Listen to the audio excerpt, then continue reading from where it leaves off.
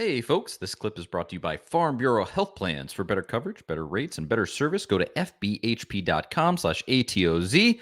That is Farm Bureau Health Plans. I was saying while you're out of there, the deal with the Yukon tight end never really materialized. I mean, it sounds like it was more on Tennessee's end. Either way, the kid from Notre Dame, leaves without committing. You've got to get somebody. And until you do have somebody, I don't care how any of these deals are trending, until they're committed, they're on campus, they're going to be a Vol. You can't count on any of those guys, coming. So you've got to close the deal. Not getting a tight end would be a disaster. You probably need a wide receiver. They've shown interest in a few. We thought Juice Wells was going to be a big name that they showed interest in. We heard those rumors early. He was supposed to visit, didn't visit. He's kind of getting cozy with Lane Kiffin and Ole Miss. Wouldn't be a surprise if he ends up down there. So it's like, man, you see these playmakers and these guys where Florida State, for example, bringing in Coleman last year and seeing what he did.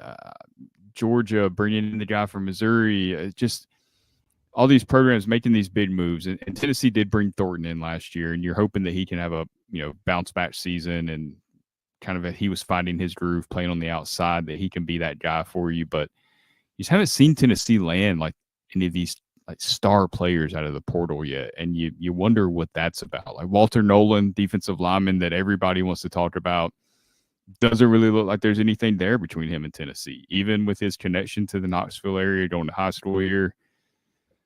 Doesn't, Ole Miss, again, Lane Kiffin and Ole Miss down there look like that might be his destination. So these guys are difference makers. You got to have some of those talented guys like that. And I know Tennessee's trying to balance culture and NIL and not overpaying, paying the play. I think Tennessee's angle is wanting to pay the players that are on the roster more so than bringing in unknowns. It's hard to manage. I mean, I get it, but sooner or later you got to land some of these big fish.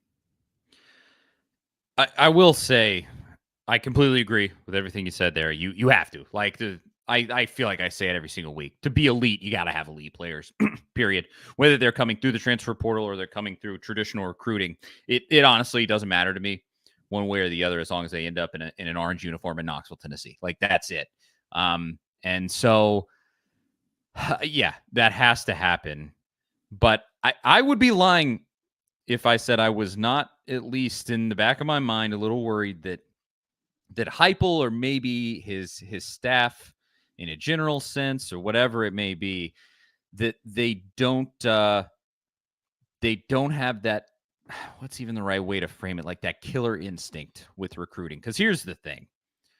Recruiting is a down and dirty business. It's gross. The way that I've always said it for years and years now is if this league is filled with snakes. If you want to win, you got to be a viper. I mean, that really is that, you don't want to be the mouse in the snake pit.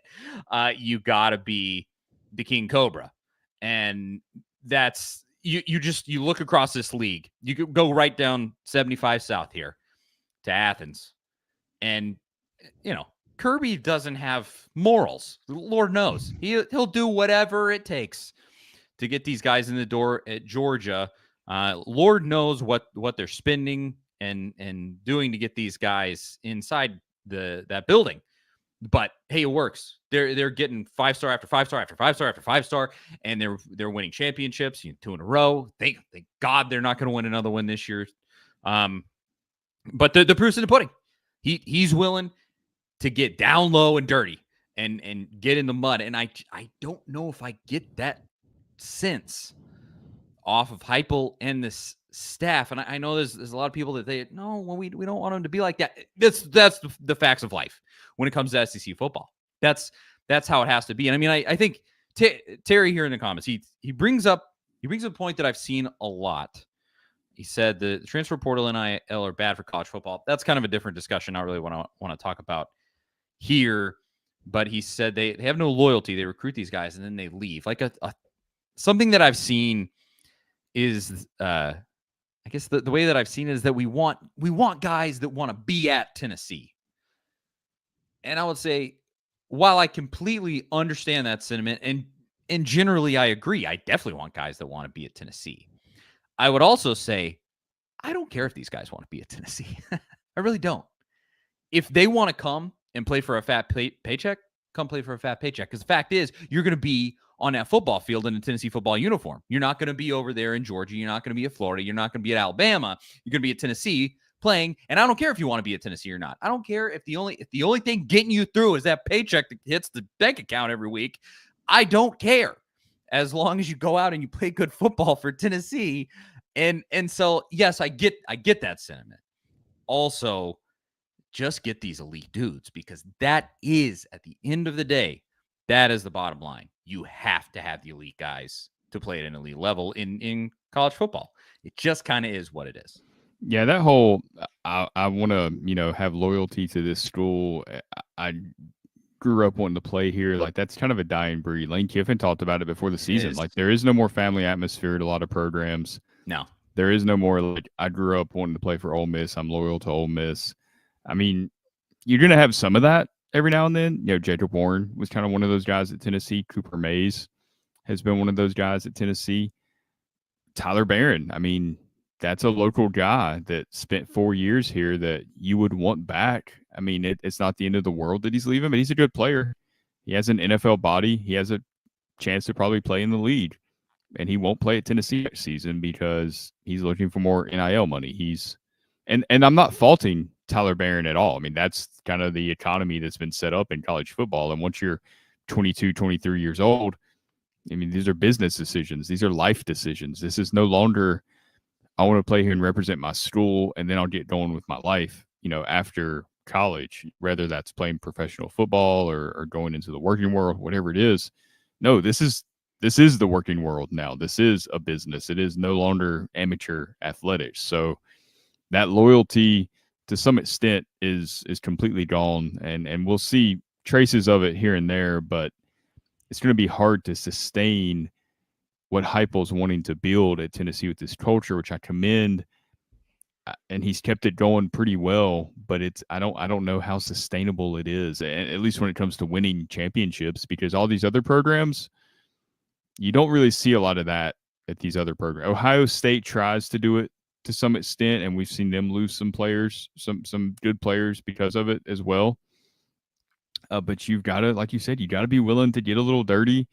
Part of it with Heupel is his offense that we've talked about. You got to have a good fit, for this offense. You got to, you're not going to go get an offensive lineman from Iowa and plug them in at right guard and expect them to take off from day one. Like, it is kind of a unique way. It's not, I don't even say it's totally unique anymore. You can go get somebody from an air raid offense, and it translates enough that you can kind of have a little bit of a head start in Heupel's offense. But you do kind of have to be picky, scheme fit with some of these guys. But culture-wise, I think you're going to have to be willing to take a chance on some guys. Yes.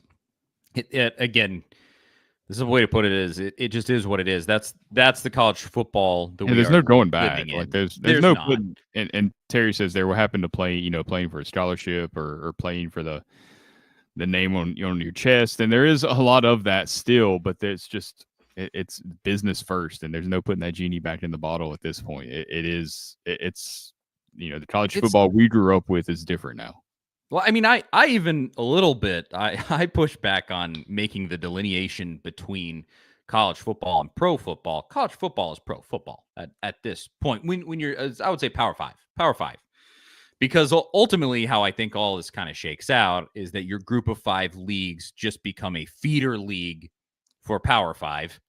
Or even your lower Power 5 at this point really is. Like the Vanderbilts, the Wake Forest, Duke. Yeah. I mean, look at Duke. I mean, they had a great quarterback. He goes to Notre Dame today. I mean, that is what is happening. You're not going to see those guys stick around at those smaller schools anymore. I mean, look at all the quarterback changes that we've already had. That's you're right. It's group of 5, but it is also these lower Power 5. It's gonna be hard for those schools to survive. Farm Bureau Health Plans has been serving Tennesseans for over 75 years, and much has changed in Tennessee over the years, but some has stayed the same. Farm Bureau Health Plans has always valued personal relationships, especially when it comes to good health and good service. Plan on Farm Bureau Health Plans for health, dental, and vision. For better coverage, better rates, and better service, go to fbhp.com/ATOZ or walk into one of their 200 plus locations across the state of Tennessee. That is fbhp.com/ATOZ. Farm Bureau Health Plans. It is, but it's just what is coming down the tracks. The toothpaste is out of the tube, and it's the world that we live in. But it's, when you look at the amount of money that flows through the sport, and just the level that this game is played at that Power 5, elite level, it's pro football, and Yeah, now the players are paid at a commensurate rate. You're talking about $4 million for Carson Beck. I mean, that's what Dog Nation reported today or last night, that he's looking for $4 million. And he's probably going to get it because it was phrased that they're working it out. $4 million. I mean, he's QB5, QB6 in this draft. Hendon Hooker was QB5 in the draft last year. His rookie deal was 4 years for like $5.7 million, being a third round pick. Why would you go pro if you're Carson Beck? Seriously. I mean, you come back, what's you get the difference? $4 million. Maybe you compete for a championship. Maybe you improve your draft stock. Another year of playing in that offense, putting up some numbers. Maybe he goes into the first round, makes even more money. I mean, $4 million. That's insane. I think it's what you see with some of these, specifically probably grad transfers or older transfers, is that they're going like, yeah, I could go to the NFL and be an undrafted free agent, but I'm going to just stay in, go somewhere else and collect this check. And then, just kind of roll my dice with the NFL after that when my eligibility finally runs out. It's a move that makes complete sense. Yeah. Like Tyler Bray, he went pro after his junior year in 2012 as an undrafted guy. He probably stays. He might not play at Tennessee under Butch Jones in 2013, but he goes somewhere and he plays in college. Absolutely. Yeah. There's plenty of that. And so in some sense, I actually like that element of it. I like, keeping guys in college football for longer. I think ultimately that probably helps the product make it a little less amateurish when you get a lot more senior guys in it. Because I think you see that really badly in college basketball. Mm-hmm. When you can go after 1 year, it dilutes the product because everybody is young and green and just not as sharp as you get with older, more senior guys. But different conversation there. I guess I'll finish the transfer portal talk with this, talking about Tennessee loyalty. And Terry says, thanks for your comments. No, Terry, thank you for your comments. We appreciate you tuning in to the show and having a conversation with us. But speaking of loyalty to Tennessee, potentially, you did see an interesting social media post from Georgia offensive lineman Tate Ratledge. He posted just a picture of himself in a Georgia uniform, at the, playing for Georgia, but inside Neyland Stadium with the big Vols sign right behind him in Neyland Stadium. And that's all he posted on Instagram. It was just that. And I think there's a few ways to view that. It could just be a shot at trying to get more money for himself from Georgia. It could be literally nothing at all. Or it could be maybe he wants to maybe he wants to transfer to Tennessee. Supposedly grew up a Tennessee fan. Supposedly. Well, his dad's the one that he pulled the sticker. Remember that when he pulled the sticker that's off right. the back of the truck, the decal? That was Tate Ratledge's dad. That's right. Yep. I totally forgot about that. If he transferred, you'd have to put a video of him putting the decal back on. Yes. Yeah. Look, I mean, maybe dad's in his ear going, hey, son, look, you only got a couple more years in college football left. Let's go play for my boys. Maybe so, maybe. Tennessee Who needs knows? a guard. Look, it could be just a random, I like this picture. But these athletes aren't dumb. They know, they use Instagram. They use Instagram stories. Dylan Sampson put that kind of cryptic deal out, and it was like, yeah, he is hearing from other programs. And then Dylan Sampson yesterday, maybe today, it's like a video of him hugging Josh Heupel, which is almost signaling, yes, all is good. And we are expecting Dylan Sampson to be, maybe the lead running back in the Orange or the Citrus Bowl, depending on what happens with some opt outs, which Yep. we'll get to later. So they do use Instagram to send messages, and Tate Ratledge, honestly, my first thought or kind of that I've thought on it is it's a ploy to get some NIL money out of Georgia. That would be my immediate guess right now is what that is. I think so, because it just, if it seems too good to be true, it probably is. Maybe it's something like that, where he's probably just shooting for some extra cash, which is totally fair. As you said, it happened with Dylan Sampson, and thank goodness. It appears that he's going to be back and will be the presumed lead running back going into next year. But I think ultimately it probably is just that. But maybe we'll see.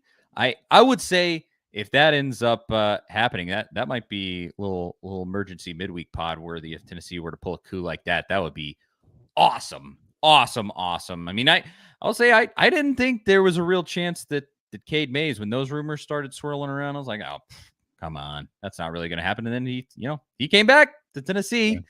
And for what it's worth, Tate Ratledge and the Mays boys are pretty close, and they still talk. They're boys. Cooper talked about that before they played Georgia this season. We will see.